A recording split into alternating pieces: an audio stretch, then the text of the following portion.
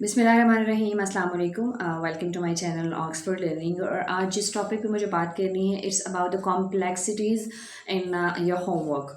Like आपके पास जो होमवर्क है is completely productive and you can say it's completely on SLO based. तो आपने इसको सॉल्व कैसे करना है, चीज़ों को किस तरह से आपने जो है वो राइट डाउन करना है और किस तरीके से आप उसके नोट्स बना सकते हैं, which websites are helpful for you.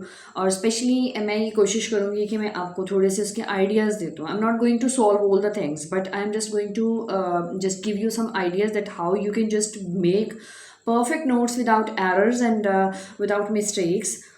सबसे पहली चीज़ ये है कि अगर आप कोशिश करते हैं हमेशा कि you are just using ChatGPT, तो मैं आपको एक चीज़ बता दूं कि चैट जीपीटी में थोड़ा सा आपको एक चीज़ को गौर करना है कि you will find many mistakes on that.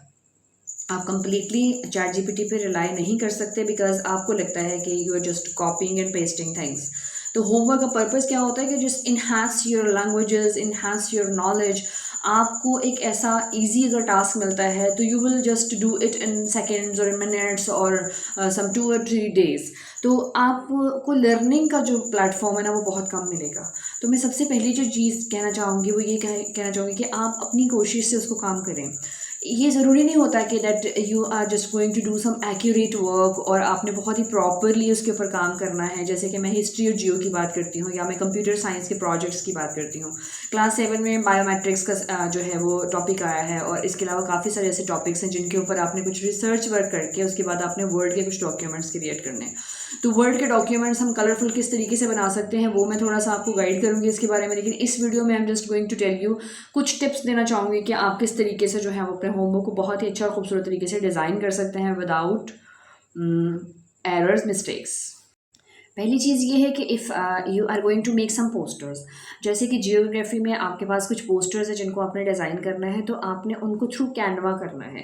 Canva जो है वो, इसके अलावा भी काफ़ी सारे ऐसे एप्लीकेशंस हैं जो कि टूल्स हैं हमारे पास जिनको यूज़ करते हुए you can just make a professional posters और ब्रोशर्स। लेकिन आपको उसको यूज़ करने का तरीका आना चाहिए।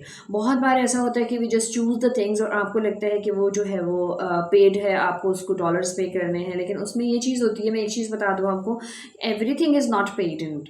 उसमें बहुत सारी ऐसी चीज़ें होती हैं, बहुत सारे ऐसी फीचर्स हैं, अगर हम उनको रिमूव कर देते हैं या निकाल देते हैं उसके अंदर से तो बाकी तमाम चीज़ें आपके लिए फ्री हो जाती हैं। But you always try to do and try to think about कि आपने पहले अपना स्क्रिप्ट बनाना है।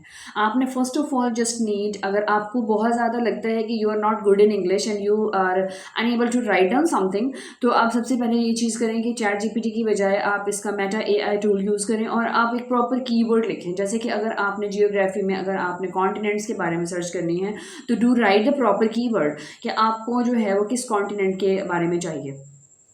या आपने किसी ओशन के बारे में बात करनी है, अटलांटिक ओशन की बात करते हैं हम लोग, तो हमें सबसे पहले उसके बारे में इन्फॉर्मेशन चाहिए। आपने सर्चिंग में क्या कीवर्ड डालना है। सबसे इंपॉर्टेंट चीज़ है कि आप चीज़ों को पॉइंट्स में लिखें, ताकि जो है एक तो ये होता है कि खूबसूरती लगती है और सेकेंडली ये होता है कि जो पर्सन आपके नोट्स को पढ़ रहा है या आप खुद भी अगर उसको याद करने की कोशिश करते हो तो आपके लिए पॉइंट्स बहुत ईजी हो जाते हैं। और अगर आपने पॉइंट में सर्च करना है तो always write down that this is a question just like I just Atlantic ocean, give me 5 points, right. और आपको बुलेट्स के अंदर वो चीज़ें मिल जाती हैं। And the shortest answer always like आप लिखें कि शॉर्टेस्ट आंसर चाहिए तो आपको उसके मुताबिक बहुत ही प्रॉपर कंपोज टाइप का जो आंसर है वो आपको मिल जाता है और ये बहुत ही ईजी हो जाता है। सेकेंडली आपकी सर्च को आसान बनाएं और सेकेंडली जो है प्रोग्राम बेटर चूज़ करें कि आपने कौन सा प्रोग्राम चूज़ करना है। चीज़ों का एल्गोरिदम बना के उसके तरीके से इसको सॉल्व करें। Just like you just divide the problem into multiple step to solve that.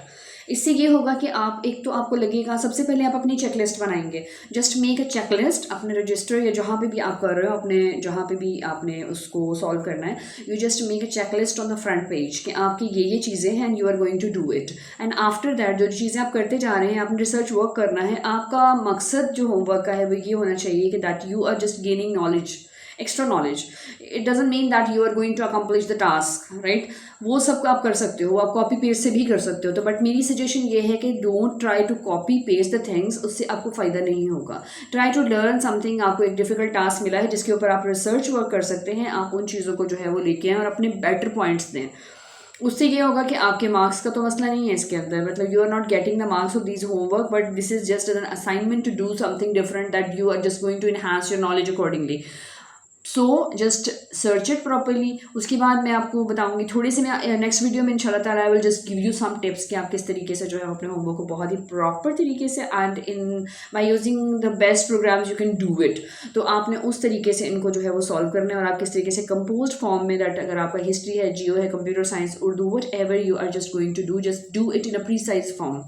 Don't write the too much content, don't add the too much content, you don't need it। हमेशा I always use the shortest form। History है, geo है, computer है, कोई भी मैं जो 3 subject लेती हूँ तो मैं उसके बारे में बात करती हूँ कि अगर मैं उनके आंसर्स लिखवाती हूँ तो मैं डिस्क्रिप्शन में भी I just divide the things into points, और उन पॉइंट्स को जब हम फॉलो करते हैं तो बहुत बेहतरीन चीज़ बन जाती है। It's easy for the students as well and for the teacher as well.